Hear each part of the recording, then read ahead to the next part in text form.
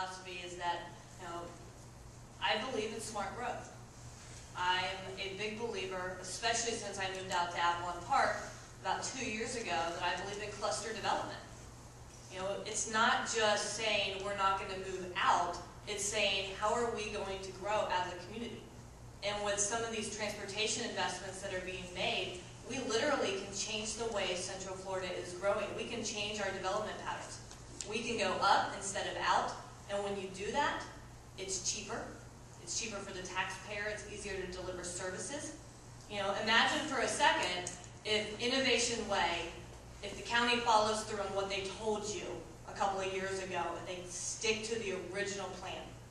And imagine for a second if we can put those densities tight together, create real jobs, and not have additional costs to the taxpayer. We don't need to jump the urban service boundary, but what we do need to do is cluster development so that we're smarter in the way we do it. I tell people all the time, I like living in Avalon Park. Just moved there 2 years ago, lived in Cypress Springs 10 years before that. It's a great place to live if I don't have to go anywhere. But you can't look at it, we can't look at it as one development here or one development there. We have to look at it within its individual mode. The part that makes Avalon Park great for me is it's close to businesses, it's close to Waterford, close to shopping, and it's close to transportation networks. That's why, in part, that there's an effort to look at an incorporation effort because it's self-sustaining in that area. We have to look at other developments that can be self-sustaining, and we have to be smart, and we have to bring common sense. And I'll say this, on every piece of literature I hand out is my personal cell phone number. It hasn't changed in 5 years when I ran for the state position 4 years ago. I want you to call me, and I want to have these conversations. I think we'll probably get a lot of concurrence here on the main issue, and that you really have no reason to jump the urban service boundaries. There's plenty of land available to build out. We don't need to do that. We need to be smarter and build up. We need to look along the rail line, and let's be pragmatic about it. If we're going to build it, then there's going to be opportunities to build up. There's going to be opportunities to build high-rise or build condominium-type living arrangements for young folks. They like that kind of lifestyle. If you go to the big cities, they want to be close to rail, they want to be close to the subway, they want to be close to attractions, they want to live downtown. The days when we grew up and we wanted to be in the suburbs with our cars, they're passing by. I mean, people like convenience. Nobody likes to take a 2-hour ride if you have to go from Avalon to downtown before the road is completed. I mean, that's just ridiculous. Growth, we have to be smart about it. Smart growth doesn't mean these big projects being approved. I listened to the rationale of the developers and the formula that they threw up there that would create 25,000 jobs. And I saw, we've all taken algebra and some of this stuff, and there's some variables missing in these formulas as far as how these jobs will be created. The only way to be creative is to tax taxpayers. I mean, that's the only way that these formulas will work. That's the plug figure in the equation is $500 million here, a couple billion there, to build infrastructure, to bring these jobs in that particularly are non-existent. There's no guarantee these jobs will be there, so we need to be very smart about what we do. We need to go where the people are, build up, do the density.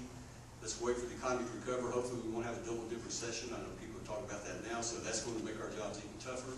So let's be smarter, and let's not jump over service boundaries, and let's build up and take advantage of what we have coming down. Something we haven't talked about yet is smart development. What about redevelopment? We have a lot of concrete already out there. We're seeing all these commercial properties along Orange Avenue, downtown Orlando, everywhere, and we're talking about moving the service area line, but we have a lot of homes, and we have a lot of commercial property already available. We need to be looking at that. I'd like to see in the county us do incentives to get people to build where we were. On Orange in Michigan, Albertsons is gone. It was there since the 70s. It's gone. We have nothing there. Soto is trying to work to put something in there, to put a business that isn't competitive with Publix. But why aren't we looking at redevelopment? We have enough concrete in Orange County. I think we can all agree on that. We have enough sprawl as it is. We don't need more, not right now, especially with the housing market. When my husband and I've moved once in my life, I don't know if it's sad or a good thing, and that's when I got married. My husband and I bought a house that was built in the 70s, and we made it our home. We gutted it, we fixed it, and it is our home where we're raising our family in. We didn't have to go buy a brand new home. There are great houses out there.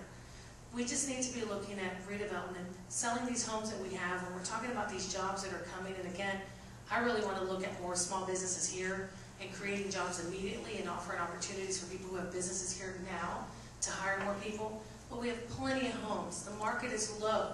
Let's get through those houses, and once they're gone, then let's talk about new houses and more houses. But redevelopment is the way we need to go. It's smarter for the environment, it's smarter for our government, it's smarter for our transportation. So I want to emphasize more redevelopment and keep everything close to home, like I said, with the small businesses. Over 16,000 homes on the market right now. This does not include the amount of foreclosures that are caught up in the court system going through mandatory mediation. It's not the fact that people don't want to buy homes right now, they do. It's the fact that they can't afford to, and mortgage companies are not giving out the money. Those are the huge issues. One of the things with the Innovation Way East development was the expansion of the urban service area. It was compromising the wildlife corridor. I think we need to be smarter with smart growth and not just use it as any penny term. Smart growth needs to be practiced. When you hear a developer come through and they promise all these jobs and jobs and jobs, and then they're asked by a commissioner at the hearing, can you tell us what these jobs are going to be? Can you tell us how many they're going to be? And they can't answer that. I got to tell you, there aren't any jobs. They're wish jobs, and they're hoping. We can't have the same mentality that we had years ago. Build it and they will come. They need to come and then we can build it.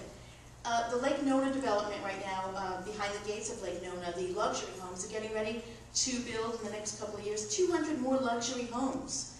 I think that is sufficient considering a lot of the Lake Nona development is in foreclosure. And you won't know it because if you look at the listings or you go to Realtor.com and pull them up, they're not going to tell you that they're under a short sale or foreclosure. I think we need to be smart with housing right now. Let's sell what we have. Let's let the market catch up. Let's let our property values increase a little bit.